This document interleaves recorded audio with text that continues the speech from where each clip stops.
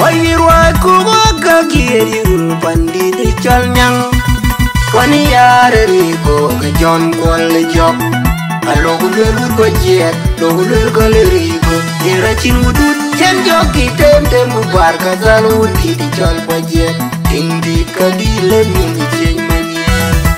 Kwale jong ring Jawa nyota gengeran mena putih Yare yara geng Jikele umanyal ke jibene tiye pinyo Yara pinyo Yara jibile subletman John kumeri man yeju Kwale bola geng dongduk Tendenya long batakai ton un majiri ete Ubi jol jok kabudin jong John Paul